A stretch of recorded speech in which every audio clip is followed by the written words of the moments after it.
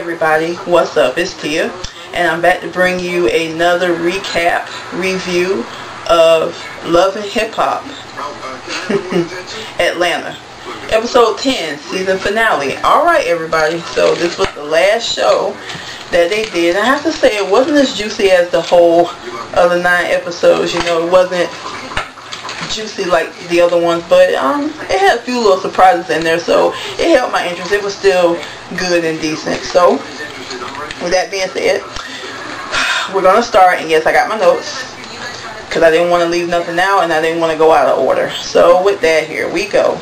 Alright, first scene starts off with Lil Scrappy and Erica. Okay, Lil Scrappy decides to go to Erica to talk to her. Erica has apparently moved out of the house that they were in, and now she's living in another place. So he goes to talk to her, and Erica says that she wants to clear the air and tells him that she thinks that they should just be cool and just be good parents to their daughter, that she's not really trying to have a relationship with him. And she also speaks on the fact that when they were together, she felt that there was no loyalty, and he kind of disagreed with that. You think there was no loyalty? There was no loyalty? And she said, no, that's how I felt. I didn't feel that there was no loyalty. So he begins to tell her that he's sorry for what he did and how I guess he treated her in general. And Erica also told him that she did love him, but she's not in love with him as well, and that she just want to make sure that they're basically on the same page as the both of them together. So that basically ends the scene with them. So you get to the next scene. This was kind of weird. Carly and Rosco Dash, he's a rapper. She meets up with him at this restaurant, and she basically tells Rosco that she wants him to work with her on her work. She wants to have collaborations with him. She wants to do music with him and things of that nature. Then it gets to the point where they start flirting, and she basically says in a side note that, you know, her and Benzino are having a lot of problems, and, you know, she needs to kind of look elsewhere a little bit. And she says nothing wrong with flirting. Carly, yeah, you don't do that kind of flirting. I mean, she was all up in that dude's face. But anyway, they're laughing and sniggling and everything like that, and like I said, they flirt. I don't even know what they said. They said a lot of sexual innuendos here and there about working together, which could have been construed as them talking about having sex or getting together or being a couple or whatever.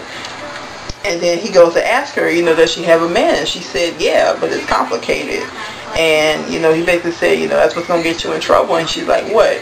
She said, you being complicated. And they basically laugh and giggle, and that's basically the end of the scene with them, y'all. Like I said, they just was doing a whole bunch of flirting.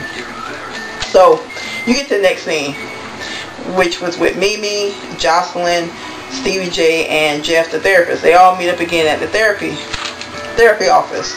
And, excuse me, Stevie walks in with his shirt on and says that I'm God or something. Why the hell did he do that, y'all? And so Jeff says, see, this is the shirt you have on saying that you're God, you have all this power. He said, this is the problem, ladies. He says that he has power over the both of you. And Mimi said, no, he doesn't. And he's basically made his choice. He wants to be with her. He wants to be with Joseline. They're always out together, hanging together, doing things. They're going to the strip club and everything like that. And they've been saying, yeah, we go to the strip club. What's wrong with that? Friends go to the strip club. And Joseline basically said, yeah, Mimi, you know, it's no big deal. That's what we do. She said, but straight up, to be honest with you, if you want to go to the strip club with us, you can go. Mimi took her face like, y'all, that shit was so funny. Joseline know good and damn well Mimi don't look like the type of person that would even go to a strip club. If she do, it wouldn't be that kind of strip club where they have females. I'm assuming that's where they go. And if she did go to a strip club, she don't want to go with the two of their asses. She wouldn't do that. So I know when she said that, she really didn't mean it, because she know Mimi ain't gonna do that. Mimi wouldn't even want to be around the two of them, let alone do anything like that with them. So Mimi let that be known with her face. And she said, you know, Joseline says that, you know, basically Stevie J is going to do whatever he wants. She said, I understand that. He sleeps with this person. He has sex with that person. He do what he want to do. He's Stevie. I understand that. She said, I really just want to basically work with him and make my money and just be his artist. I'm not trying to really be with him like that. She said, I know how he is. She said, he slept with one of my best friends in my bed. And Jeff turned to her and said, were you with them? Were you in the room were you home when they did it? She said, yeah, I was in the room. I was watching them. She said, yeah, I watched it. She said, you know, I like girls and everything, so that was a turn for me anyway. Lord, I just about that, yo. That was messed up, but you know, that's Joseline. She keeps it real. So, you know, Jeff says that basically you guys gotta take control of your own lives. And then Stevie J gets into this thing about him and this bus he has. I'm like, I have my own bus, and the people that get on there are my passengers, but I control the bus. I do what I want. I let people off who I want to let off. I put people on who I want to put on. And he basically was telling Mimi and Joseline that he's made them what they are. He kind of not controls them, but you know, if he wants them to get off the bus, he will. You know, bullshit stuff. And he puts his sunglasses on, and that's basically the end of the scene with him. He's talking about, you know, I have my bus, my air, my gas, and all that kind of bullshit. Okay, so that ends the scene with, the four of them. So you get to the next scene, which is Mimi and Ariane. They meet up at this beauty salon. Kind of funny, at the beauty salon, there's like nobody there but the two of them. Did y'all catch that? Yeah. So they meet up, and Mimi goes to tell Ariane about what happened at the session. And Ariane's like, aren't you tired of this bullshit? Aren't you tired of what you're going through? And she said, you know, basically, Mimi says, basically, I really was just going to the session to see if I can be comfortable with Stevie J working with Joseline. And she said, you know, then Mimi goes to tell Ariane about what Stevie J was saying about, you know, he says this bullshit about the bus and how he's on the bus and he's controlling it, and he's made Joseline, and he can get off whoever he wants off the bus and put whoever he wants on. And Aaron's like, really? She said, yeah. She said, I couldn't believe he said that. Like, after all these years of me being with you, that's how you feel about me? And then that's how you feel about other women, how you feel about other people? She said that Mimi said it's basically been like smoke and mirrors. Mimi just couldn't believe it, you know. That's Mimi her. You know, that's how Mimi does. So she said that basically what she's going to do is concentrate on her business. And this is something I wish that they would have mentioned a lot earlier in the show. They tipped on the fact that she cleans homes, but I don't think they said that she owned a business. So now she goes to tell everybody that she owns this cleaning business. She's had for 11 years. She said it's been going strong. She has a lot of famous clients as well as regular clients. She said her business has been booming and she hasn't had any problems, and she said it's great. And she basically says she's going to continue to focus on her business and her daughter and nothing else. Her and Ariane high-five each other, you guys, and that ends the scene with the two of them. So you get to the next scene, which is Little Scrappy and Shay. Bucky and her hair, as my friend says. So Little Scrappy and Bucky meet up, I think, at the studio. Shay walks in, which is Bucky. She walks in, you can tell she's already upset. And he sits down with her. He says, you know, I have something I want to discuss with you. And he said, you know, I thought about getting back with my baby mama, Erica, but now I decided not to. And she was like, why you keep going back and forth? She's like, here we go.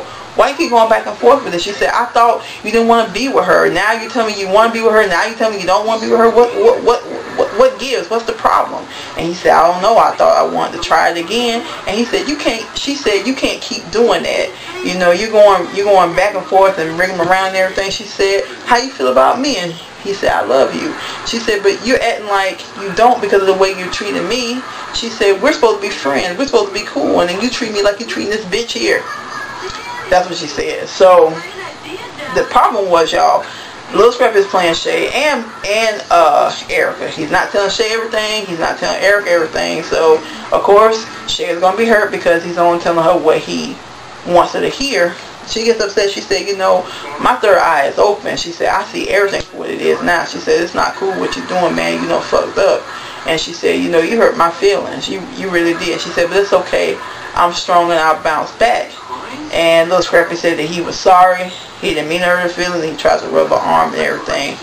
And y'all saw Shay's voice was all, you know, strangled with water, like she was going to really seriously break down and cry, but never did. I got a little worried, but she didn't shed not one tear. Maybe she did, but we didn't see it, y'all. That was kind of interesting to me that you know, she said all that and it sounded like she was going to really break down and cry and didn't. But, you know, she didn't. So, like I said, he rubs her shoulder and said that he was sorry, and that basically ends the scene with the two of them. So you get to the next scene, which is Benzo and Stevie J. Okay, Stevie J meets Benzo at his office. He comes in, he sits down and asks him what's going on. Benzo says, you know, I'm thinking about either taking the next step. I'm thinking about taking the next level with Carly, or I'm thinking about moving on. And Benzo says that there is trust issues with Carly, that Carly will tell him he's going other places, she's going other places that she's not going, that she's meeting up with different people, and she's not, you know, totally being honest with him in the way that he needs to be. And he said he also has jealousy issues, but that the trust issues lie with her not being truthful to him. So Stevie J says that he basically deserves the best, and if Carly messes up, he's gonna go and see about it. What the fuck Stevie J gonna do? But anyway, he said, you know, you deserve nothing but the best, man, and I hope everything works out for you either way. And Benzo says that he has to see where his heart takes him. And y'all, that ends the scene with the two of them. So you get to the next scene, which is Joseline and Stevie J. They're outside somewhere, and they sit on like a bench, and they're talking. And Joseline basically tells Stevie J, you know, that she just really wants her business to happen. She wants to move forward and have her music career going, and, you know, all the stuff that they had when fooling around and messing around, she said, you know, that can be done and over with. She really just wants to move forward with her career only. And she also let Stevie J know that she thought she was in love with him, but as she looks back now, she said that she really wasn't. And Stevie J's like, oh, so you weren't in love with me? She's like, no. As I go back and look, I really wasn't in love with you. She said, I love you, but I wasn't in love with you. And she said, you weren't in love with me either. She said, I can easily tell that because you're still, because of what you do. You're going around with this girl, that girl. You know, you're not being serious with me. So I know you're not in love with me the way that you should be. So, you know, and she said, it's okay, it's cool. And, you know, she also thanks Stevie J for helping her and making her who she is now. She said, yeah, you had a lot of help and make me who I am. She said, I will give you props. Thank you for that. She said, but I really want to continue to be forward and move forward and have my career. And basically that's it. So Stevie J said it's all about business, and Joseline said, yeah, it's all about business. So they shake on the business, and that ends the scene with the two of them. Side note, Joseline did look kind of cute to me in this part. Face looked softer, and her makeup was on point. You know, we all know the stuff about Joseline and how she looks very mannish. She actually had a real soft, feminine face to me in this scene, y'all. So, anyway, we get to the next scene, which is Erica and K. Michelle. And they're at a furniture store. And Erica is telling K. Michelle that she moved out of her house that she was in with Scrappy, and she moved into another place. So Erica also goes to tell K. Michelle that she's interested in another man who is an Italian guy who also happens to be her realtor. K. Michelle's like, you saying a white man? She said, oh, okay. She said, all right, Erica. She said, so how's the sausage? You know, that damn K. Michelle. Erica said, we ain't get that far yet. She said, but have you touched it yet? Have you felt it? And she said, you know, you got to test the sausage out and at least see how big it is and stuff like that. She said, you don't want to get into a relationship with a guy and then in the end, his sausage is not as big as you want it to be, and then you left with a small sausage. Whew, y'all, that damn K. Michelle.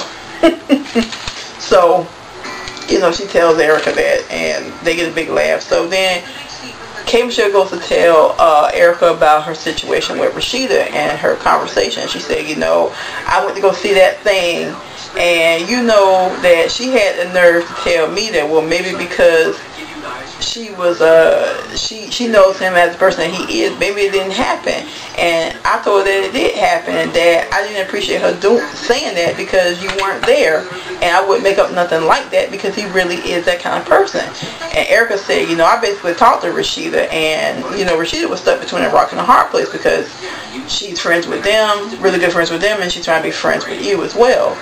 And K. Michelle said, I know that, but she should take me for my word. Just because that's your friend doesn't mean that he didn't do it. And so Erica says that she needs to sit down and talk with her again, and Kim just said, I don't think that that's a good idea. And she said, no, you really need to sit down with her and work this out with her and talk to her again. And y'all, that ends the scene with them. So you get to the next scene.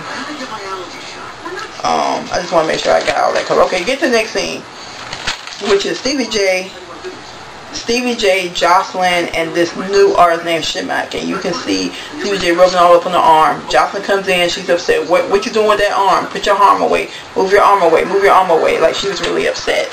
And he's like, I'm not doing nothing. I'm just sitting here talking to her. So she's like, what you brought me here for? What's up? And he said, I just wanted you to meet my new artist. She said, okay, but why did you bring me here? She said, I could have been doing my studio time, my this and that. She said, I really don't want to be bothered. And she said, well, you didn't want to meet her? I thought maybe I could do music. She said, listen, that's cool if that's your artist and that's you want to work with her, but I don't have time for this. She said, I could be in the studio doing this and that. You're really like wasting my time. I really don't have to meet her. But if that's who you want to work with, that's cool. As long as I work and get my money and everything, that's fine. And then she mentioned how he pulled his beef stick out. Every time he be with women, he pulls his beef stick out and asks them what you think of his beef stick. And she said she know he probably already did that with her. On a side note. So then she said, you know, I don't have time for all these shenanigans. And Shay Max says, you know, what shenanigans, sweetheart? There's no shenanigans. I'm the real deal. She said, oh, you're the real deal? Okay, that's fine. She said, listen, if you want to suck his dick and fuck him and stuff like that, then yeah. She said, I can see that. She said, then it'll get done. But until then, I don't know. And then she basically just walked out and said, all right, I'm out. Joseline leaves. Then she's out. And Stevie J and Shay Max just kind of like look at each other, high five each other, and Shay Max says, I'm ready to do this, which is work together, y'all. And that ended the scene with the two of them. And I think he's fucking Shay Max. If he hasn't already, he's about to. Because Stevie J is a fucking mess. Anyway, that's the end of the scene with them. So you get to the next scene, which is K. Michelle and Rasheeda. K. Michelle decides to meet Rasheeda after all and talk to her about the situation. So they get up at a restaurant, and K. Michelle tells Rasheeda, she says, listen, she said, I don't know what the problem is, she said, but the fact that you said what you said to me the last time we talked, that the situation I had where I got beaten, that it didn't happen, she said that was very insensitive of you, especially during that time after what I had just went through. And Rasheeda said, you know, I'm really sorry, but I really just can't see him doing that. I've known him for years. I hang out with him. I do everything with him and his wife. And Rasheeda, K. Michelle says, so what? Just because he hasn't shown that side to you doesn't mean that he doesn't do that. I'm telling you that that's what he do. He is very manipulative. She said he's a con artist. She said you can't believe everybody just because he doesn't show that side to you that he doesn't do that. She said, I'm telling you that he beat my ass. He beat me. And there's different people that knew it. But he's going to tell you something different. And she said that, you know, on a side note, he went from saying he was sorry to that he didn't do it to he was trying to restrain her. She said, what is it? She said to Rasheeda, I have never changed my story. My story has always been the same. He always tried to change his story. That's another different thing. And she said, but he did beat me. And she said, you know, he's not, Rasheeda said something like, well, he's not going to admit that to you. She said, why? Chris Brown admitted it. He admitted that he beat Rihanna. And Rasheeda said, but there was evidence. She said, listen, I got evidence too. I got a lot of evidence that proves that he beat me. She said, but I'm just being a bigger person. I don't want to pull out my evidence because she said, I don't feel like that's necessary to do all of that. She said, so much time has passed, but at the same time, I'm still trying to get through this. She said, if I need to pull out my evidence, I will, but I don't want to do that. And she said, you know, I'm going to tell you this right now. She said, I'm not going to be ran out of Atlanta. Nobody's going to try and tell me what to do. I want to still be me. And she said, in the end, there will be no more tears. And that ended the scene with Rasheeda and K. Michelle. So, you get to the next scene, which is Benzo and Carly. And they meet up at this restaurant. They give each other a hug. Benzo sits down with Carly. He says, you know, listen, I know that I have a temper, and I know that our relationship has been kind of troubling. He says, but I love you, and there's nothing I wouldn't do for you. And Carly says, you know, I have my doubts, I have my doubts. He said, okay. He said, well, if I had doubts, would I do this? So then he pulls out this box and opens it up and shows her a ring. And she says, what's this? She said, he said, this is the ring I'm giving you. He said, what, do I have doubts now? He said, this is for you. And she basically looks at him and says, are you ready for that? Are you ready? Are you sure you're ready? And when she said that, he said, no, I'm not ready. He said, I thought I was, but the fact that you have to ask me lets me know that you're not ready and I'm not ready. He said, I tried to do what I could for you. He said, this relationship is just not going to work. He said, you fucked up. You don't believe in me. You don't believe that I'm ready to be here for you when I was. He said, but that's okay. He said, that's it. Benzo said, that's it. And he's not rocking with her no more. And he gets up. And then he said, you know, I tried to do everything for her, and she feels like I don't want that, fuck that, and fuck her, basically.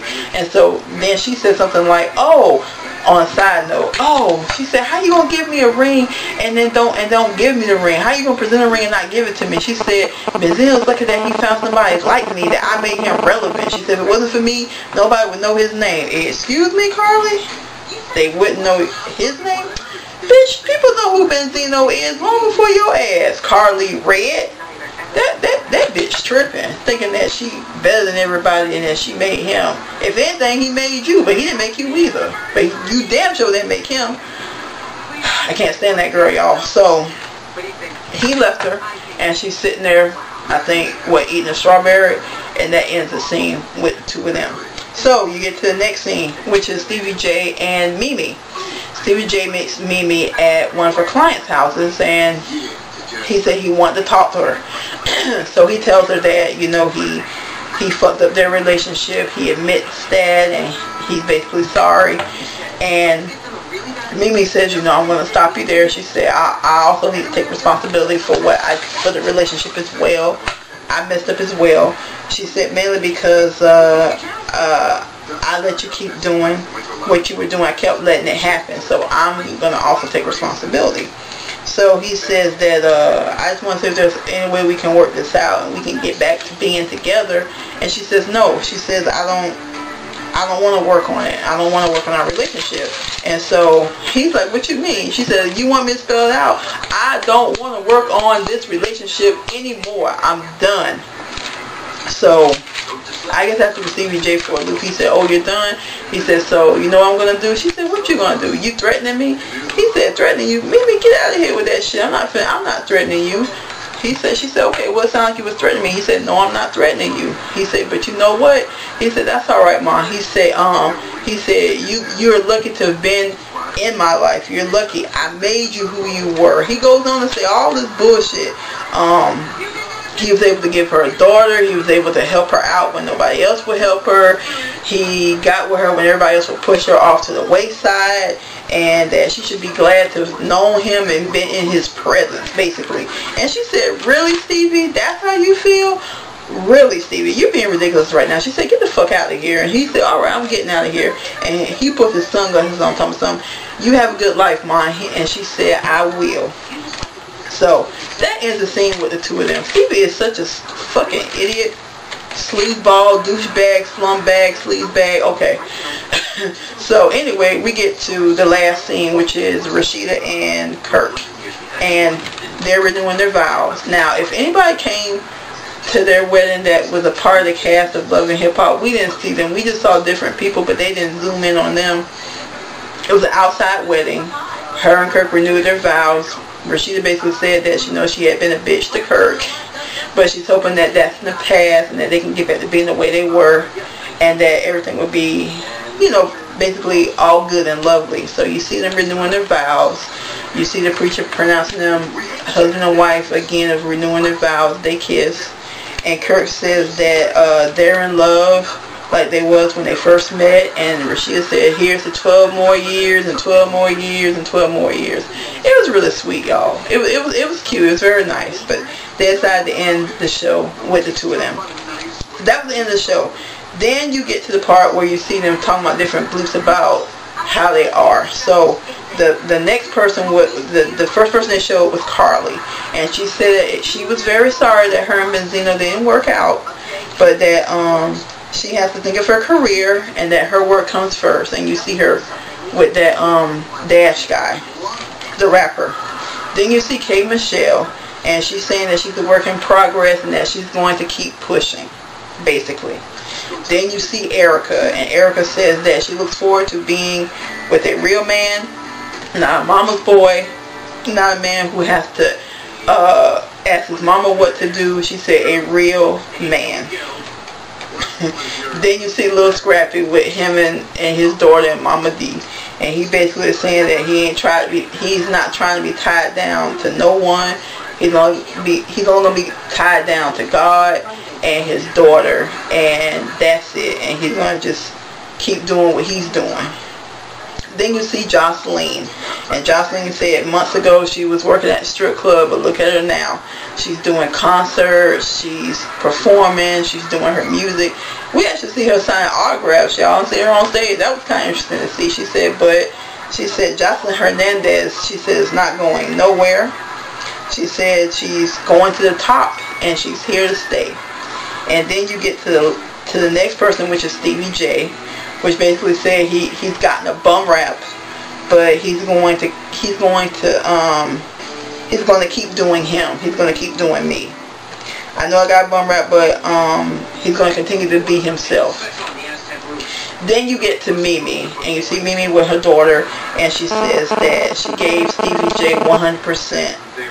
And for him not to respect her is his bad. And that Stevie J has 3 daughters, and that she told him that she hopes that his daughters do not meet nobody like him. And y'all, that's the end of the scene. That's the end of the whole entire show. So they're probably going to do the reunion probably in 2 weeks, because they didn't even say it was coming on next week. But that's it, everybody. That's the show. So stay tuned. I will most likely do a reunion when they do it, when they show it and air it. So don't forget to comment, rate, and subscribe to the channel if you're not already subscribed. Okay. Alright, everybody, y'all have a good evening. Y'all take care. Thanks for watching, and I hope to see you in the next video. Alright, everybody, take care. Bye bye.